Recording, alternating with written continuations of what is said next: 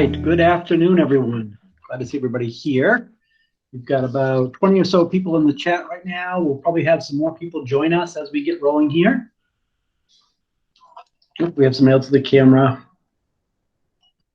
Yes, you're welcome to turn on your camera if you would to start. Okay, we're going to talk about today, what we're going to be doing today for topics. A couple of them. One is we have a tutorial on how to convert or sync your data from Google Classroom to Infinite Campus, your scores. We have like a little sheet for that, kind of a cheat sheet on how to do that in the video and so forth. So I'll share that with you guys. As I mentioned before, these will all be recorded. You can find all these as you always can.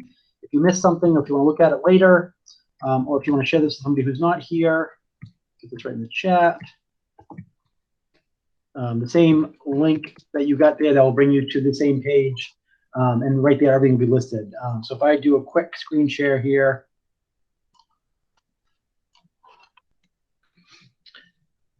Right in here, if you missed something, if you want to come back later on, this is, of course, the link you joined today. But if I scroll down here, session video archives, and click on that, this will bring you to the video tutorial. So each week, it might take a day or two before this one gets up because we do edit them.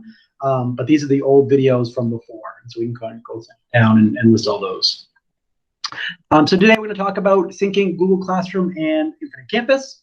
We're going to talk about ed techs in Google Classroom. There's been kind of a policy. We've worked through some different ways to manage that, so we're going to talk about that. And we also have some guests, as we normally do, some students. We have two students with us today that are going to talk about Google Photos and how that works in the classroom. So let us start with that. I'm going to pull up Lauren and Sam.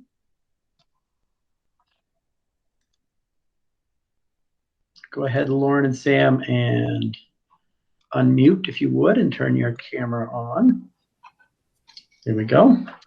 So with that, we're going to have Lauren take it away, talk to us about introduce Google Photos and how we might use that in our classrooms. Go ahead, Lauren. So today we're talking about Google Photos and how you can use it and what you can do with it to help in the classroom and how to upload them and everything else with it, and how to edit your photos as well. So if you have any questions, please put them in the chat and I'll answer them as soon as I can, or I'll interrupt Sam and she can answer them for you. And with that, here's Sam. Okay, so hello, I am Sam. I am going to turn my camera off because my Wi-Fi is hating on me today. So if you guys could turn your cameras off, that would be much appreciated so that I don't cut out. Okay, so let me present. Might be helpful. Okay. Okay, so I might die for a few seconds just because my call has been dropping, but I'll try my best here. Okay. So first of all, you're going to go to photos.google.com, which should bring you to about this screen. So if you want to follow along, I'll give you a second to type that in. It should also be in the chat. Okay. So after you've done that, you're probably going to want to take a picture from your computer. So what I do is I just hit search, but you can also search this up in Google, which I'll show after this, and you're going to look up camera, and this should come up right here. And if it doesn't, you're going to go to your Chrome web store, but for now we're going to use this. So you just take a picture using this button over here. I've already taken one, so I'm not going to take another one. Or you can go to just your Google screen, so google.com. You can go over here, and it should bring up photos. It's just another way to get to photos. Okay, so after you've taken your picture, you're going to go to upload over here and from your computer, and it should be at the top of your downloads if you took it with your Chrome camera. So for example, we're going to use this one right here, or this one, sorry. So this is the one I took before I edited it, so we're going to use this one.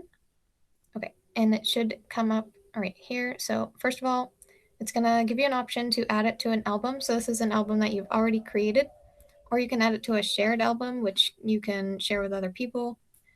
They can upload photos to it, you can upload them, and they can like shuffle them around and whatnot. So we're just gonna exit out of it because I just want it to be here on its own. And we're going to click on it so that it, gets big. Okay, and then we're gonna go over here. So this is our whole editing thingy over here. We can do all kinds of things with. So we're gonna go here first. So this is how you share things. So you can share it to a group of people or just one person at a time. And this should show your recent. So mine are mostly teachers, so that's why we have a bunch of teachers here. or you can go over here, which is your main editing platform, and it's going to give you lots of filters in this first tab right here. So we're just going to put this one on there, and you can adjust how strong you want the filter to be. It doesn't work on that one, so we're going to try the next one. Yeah, like that. Okay. And then you can go to your next editing tab, and this is how you are going to adjust some other things like the light. So this is how bright it is, how dark it is. And this is essentially your saturation, so like how much color comes out of it, or you can make it monochrome by dragging it all the way. And then you have pop. So this is really just like what defines your picture. So like if it's all the way down, it really like blends in here. Just clicked on the wrong one. Let me go back. Okay, so pop is just how defined it is. So you can see like right here, it's really like blending in. And if I turn up the pop, it's going to be a lot more definitive. Okay. And also you have these little arrows here, which is a little bit more advanced than this category. So like this is all slightly more advanced adjustments for light. So exposure is mostly just how dark, how light it is, a little bit more dramatically though. And then you have your vignette, which is darkening of the side. So that's pretty much all you'll need for those. Then you can go here to crop it or to rotate it. So I can rotate it like this, or I can crop it by using this thing. And I can also move it around once it's cropped. So once you're done with that, you're going to hit done. And then you're going to hit done again to finalize it. So now it's done, like I am done editing it, and it's here again. So this is my original and this is my edited one. Okay, so after that, you're going to click on it again. You're going to go to the 3 little dots over here and you can download it. So download your edited one, or you can hit download original, which downloads it whatever it looked like before you edited it. So we're going to just hit download. So now it's on this computer rather than just in Google Photos. And we're going to go over to a new doc to show you how to put it into a document. So you're going to go to Insert, Image, and then Photos. And it's going to bring up a little thingy over here. So it should be your most recent one right here. And you're just going to double click it. And it'll come right in here. And this also goes for other Google things like Google Slides and Jamboard. You're just going to go to Insert, Insert, Image, and then to Photos. And you can also do upload from computer now, because when you downloaded it to this device, which is your computer. Okay, I think that's pretty much it. Okay, so I'm going to come over and look at the chat box now, make sure we don't have any unanswered questions. Awesome, Sam. Thank you very much. So here we go. So that's good for Google Photos. So a couple of things about that you might be interested in as a teacher perspective. One, you can use your phone to take photos, obviously, but if you install Google Photos on your phone, that will connect them to your laptop. So if I take a picture of something, Google Photos will automatically upload it, and then you have it accessible by your Google Docs, your slides, all that kind of stuff. So it's a great, easy way to connect. Also, the Bitly Chrome camera that Sam mentioned, and I know Tony in the chat also mentioned, she kind of pinned that camera. One of the benefits of that camera, rather than just using something else like Google Meet or whatever, is it doesn't use internet coverage as far as that goes. So the benefit of that is that you don't, if you have a student at home that needs to take a picture of something, or needs to take a video of themselves, doesn't have great internet, they can still use the Chrome camera and it works offline. So that's a great tool for that. So with that, thank you very much, Sam. Thank you, Lauren. Appreciate you guys stopping by and helping us out with Google Photos. Awesome.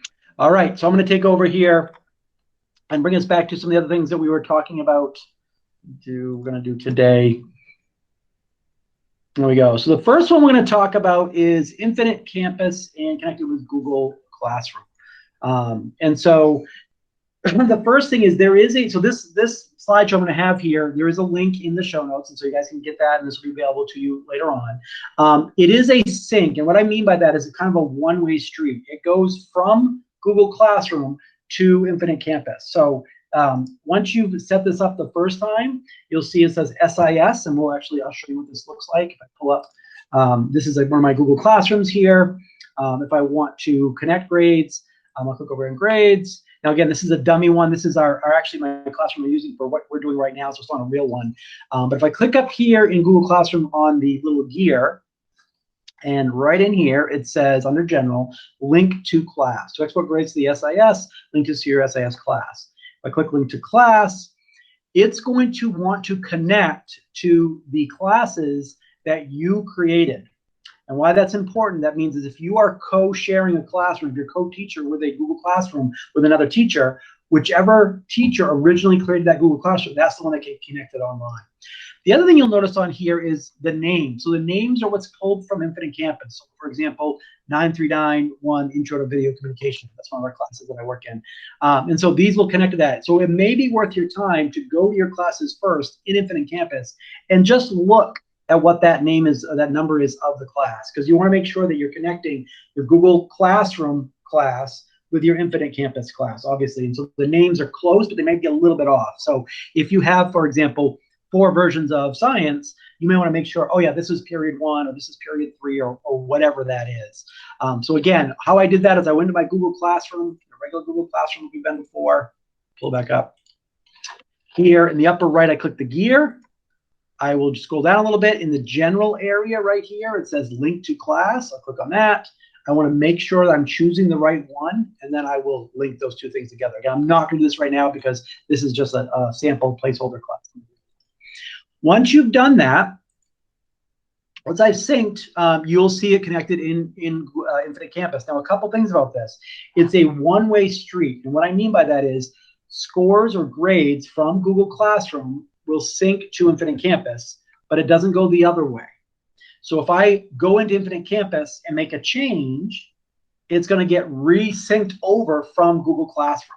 Think of it this way: with your old, your traditional grade book, you have a piece of paper, grade book, a big book that you fill scores in, and when you're all done, you might transfer those into Infinite Campus. You actually type out the grades. This is kind of the same thing, except for it's just virtual. So you're doing the scores, the grading in Google Classroom. You're all done. You click sync, and it will then sync to Infinite Campus. So it goes one way that way.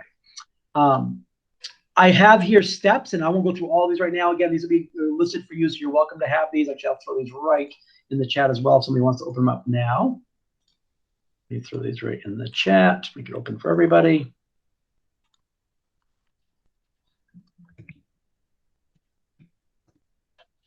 So these are things like you want to match your weighted categories in Google Classroom with Infinite Campus. You want to make sure your students match, right? So if you have students in Infinite Campus and Google Classroom, you make sure the lists are accurate. Okay, so you want to look at those things ahead of time. You also want to look at the labels of your assignments. We talked a lot about assignments at the beginning of the year, how naming is really important for later on because it's really important for us to find those things. Infinite Campus will use a 4-letter code system, and those of us who use Infinite Campus kind of recognize that. You may want to use something consistent in your Google Classroom. So for example, if I said something like classwork question 1, I might use CWQ1 or something like that. Whatever the system that you want to use that makes sense to you, you just want to be consistent between Infinite Campus and Google Classroom. The link you have to do, once you linked it, you have to basically sync it anytime you want to bring those over. Let's see. Oh, yeah, this is really, really important. In Google Classroom, all assignments need to have a due date. And honestly, we talked about that before. I think that should be standard practice anyway. There are other times when that's really important. For example, if I'm in a classroom here as a student, if I click my to-do list here on the upper left, things will be here if they have assigned dates for them. But if there's no date assigned to that assignment, they won't appear in here under things that are due. So I think as a good habit, as a good rule of thumb, we should always assign due dates with your assignments. Like you never just put one out there without an assignment, without a due date connected to it. So that's also important when we do Infinite Campus as well, because it will sync that way. A couple things on the Infinite Campus end. You want to make sure, double check to make sure the merge grades came through the first time, which is cool. Once they've done it once and you're happy with it, you should be fine. When you categorize assignments, when you bring them over, you can default what that category is. So for example, if you call them all homework or formative or whatever you term them, and then from there, that assignment you can move, you can organize how you want. So you'll have like a default choice for when a new assignment comes in, what does it fall under, what category? And then you'll just sync it as you need. So the grades won't update in Infinite Campus until you click that sync button. Once you click that sync button, then they'll get pulled over. All these steps that I just mentioned and more, you can right here will be on this video. So you can go through and play and pause as you need and make sure those things all work for you. So before I move on, I'll check real quickly in the chat. Does anybody have any questions about the syncing. Like I said, that slideshow, and it has that video in there that will walk you through if you need more help, more support. All right, the other piece here that's related is Google Classroom and edTechs, and this is something that we've kind of figuring out as we go. Now that we've had a month or so in to the school year, we kind of have a better handle of what we can do and what we can't do. So talking with Ms. Mayers as far as kind of best practices around integrating edTechs into your classroom. With Google Classroom specifically, here's how it works. One, edTechs will be included as a student. So they won't be in as a teacher role. And if you do have some as a teacher role, I'm back here in my Google Classroom under people. This is obviously teacher up here. I can move some of them or remove them from teacher role and put them down in here as a student. Click there and add them, no problem. The reason why that's important is that, one, as a student, they'd still be able to join the class. Like if you have a Google Meet or a video or the work that's being assigned, they'll be able to see that. Also, if you add them as a guardian, and again, why is that important? So they would be a guardian on the students who they work with. And so if I'm in ed tech, I work with certain students, I would be added as a guardian. Now, they use the term guardian. That's just the terminology they use. It doesn't really mean guardian.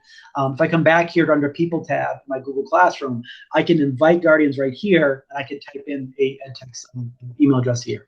You can have up to 20 guardians for a single student. So don't worry about, like, you're not overtaking a parent, something like that.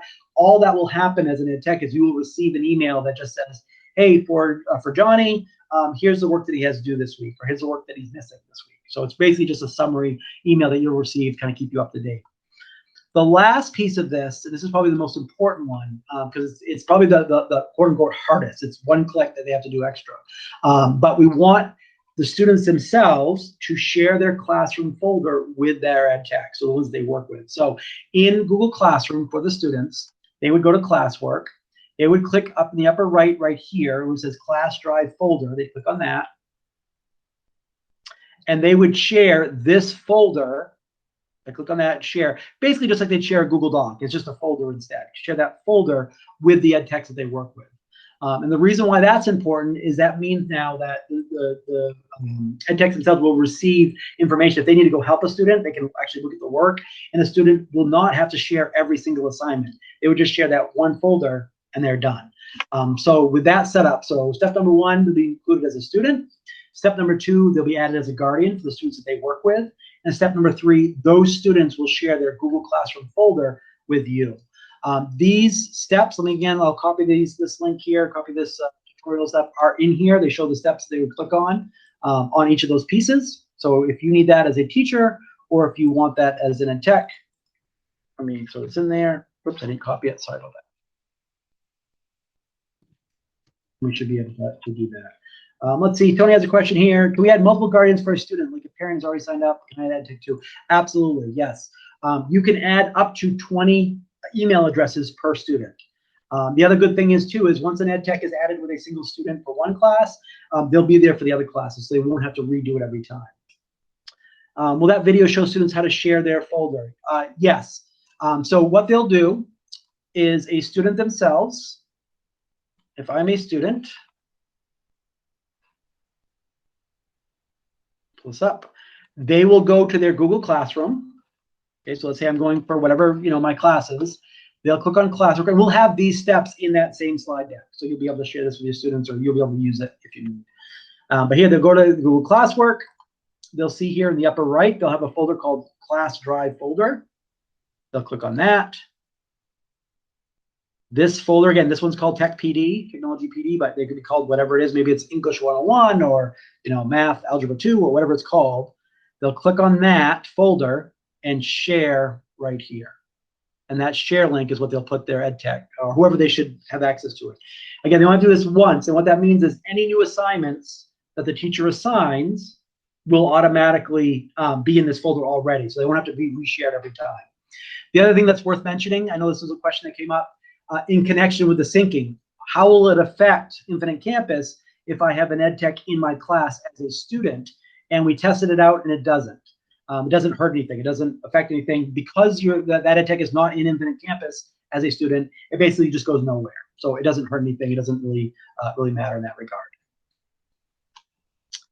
Other questions? Yes, go back to sinking grades. What if a student is missing work? Does the class average show up? How many students missing work? The show is no grade. So you can choose as the user here. If I go to my grades tab, I'm actually going to go up here to my gear and scroll down. This is my Google Classroom right now. I went up to the gear and settings and scroll down here. You can choose whether or not to show the overall grade to students or not. It's up to you. Generally speaking, I would probably say not, because the grade you want them and their parents to kind of reference is the one that's in Infinite Campus. Think of Google Classroom as your grade book that you would have, like you're working on things, you're figuring things out, you're still adding, assignments, taking them away or whatever. When you're all done, you'll click the sync button, and that sync button will be right up here. Again, I haven't linked this one because this is not a real class. This is just one we're using right now. But there'll be a sync button right there. I click on that, and that brings all these scores from Google Classroom into Infinite Campus. So that's what I would use as my parental portal, my final version to give to parents is that Infinite Campus one. I think she's talking about grade on a missing assignment, like a single assignment. So I'm not following. Going back to single grades, students missing work, does the class average show up? It shows up as no grade. So in the assignment, maybe I'm missing understand this as well. In the assignment themselves, let me just jump back. I'll just throw in an assignment to show what that would look like. In the assignment, so if this is going to be a test, over here, if I choose ungraded, then that would have no grade at all. Or if I want to put in it's out of 100, or if it's out of 10, or whatever your scoring system is. You can, if you need to, go back and do an assignment that's already been, let's say I did an assignment and I did it ungraded and I assigned that to students, and then I'm like, oh, you know what, I really do need to give a grade for that. I can go back in and edit that assignment and change that to have grades then. So maybe that'll work. Okay, so a question from Libby. If you update a grade in Infinite Campus and then later sync from Classroom again, will that override the change of an Infinite Campus? Yes. It really is important that you realize it goes this way. What I mean by that is it goes, whoops, I'm trying to zoom in here. It goes from Google Classroom to Infinite Campus. So you're not going to make grade changes in Infinite Campus. It's just going to sync it over from Google Classroom. If you had an assignment, or if you have an assignment that you only added to Infinite Campus, let's say you already have an assignment there that you never put in Google Classroom, it won't get removed. It will just stay there. But if you have an assignment that you put into Google Classroom, I'm going to put in a test, and I scored them, and then I synced it to Infinite Campus, and I need to make a change on a score. Oh, Johnny actually got a 50 rather than a 60 or whatever. I go make the change in Google Classroom, click the sync button, and it will overwrite Infinite Campus. If I make the change in Infinite Campus, when I sync again, it's going to bring back that original score. So everything goes this way. It goes from Google Classroom, syncs to Infinite Campus. Good questions. Zoom in a little bit.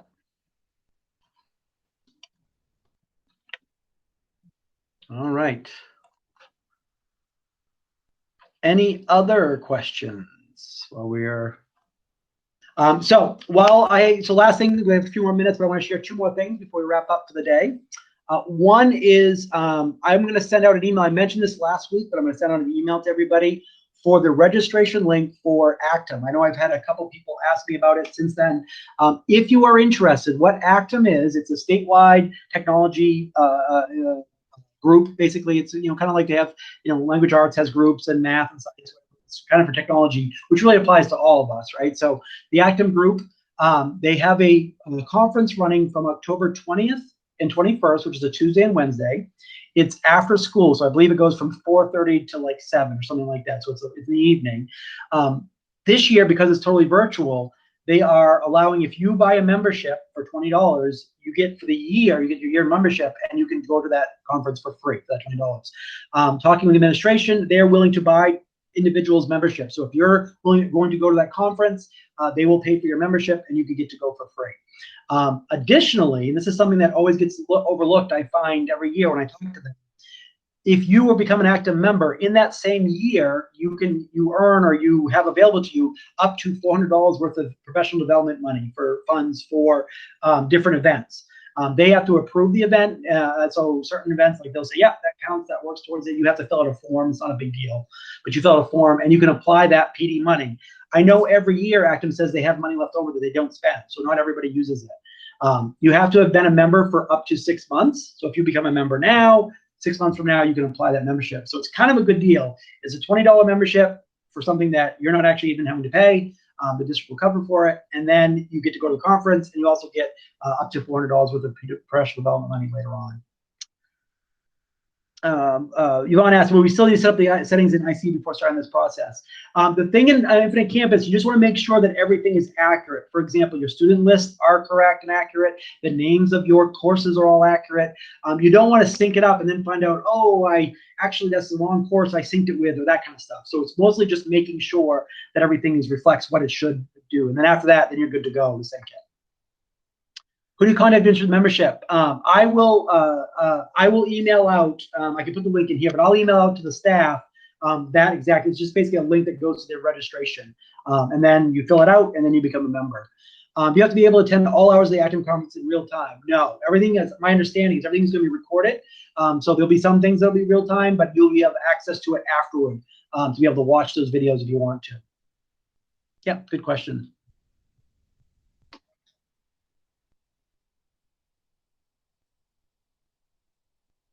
Yep, you're very welcome. All right, and I think with that, we are good. And so thank you guys all for attending. Next week, we will have one of my students, Ali Grozik, is going to talk to us about using Flipgrid in the classroom. If you haven't had a chance to play with Flipgrid, it's fantastic. It's a super fun way to do video work. I'll explain it to you, when we do it next week. But we'll have her talk to us about what's going on with Flipgrid, and then we'll cover some other topics as they come up in the week.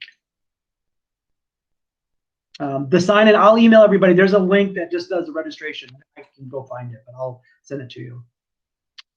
I'm not sure the question is, we set up a meet for students in 2 or 3 classrooms at once.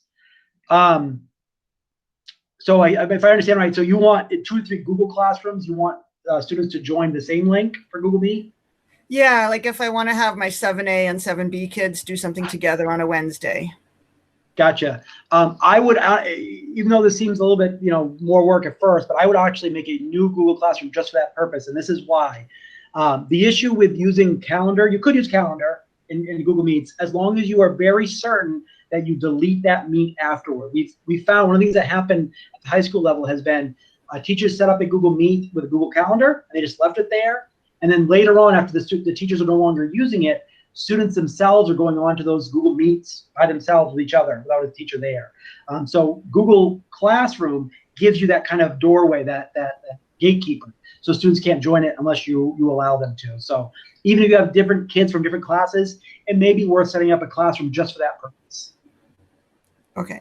But if we have to use Calendar at some point, then we go into Calendar and delete it afterwards. That's right. Just make sure that's exactly right. Because what happened is, and I understand, some teachers set up a recurring event for like every Tuesday at a certain time because that's when the class was. Well, kids are going back into those old meets that are just kind of sitting there and using them to join. So yeah, just make sure you delete them afterwards. Okay, thanks. Yeah, you're very welcome. All right, guys. Awesome. Thank you all very much. Appreciate it. I will see you again next Wednesday, same bat time, same bat channel. Like I said, we'll talk about Flipgrid, and hope you have a great week.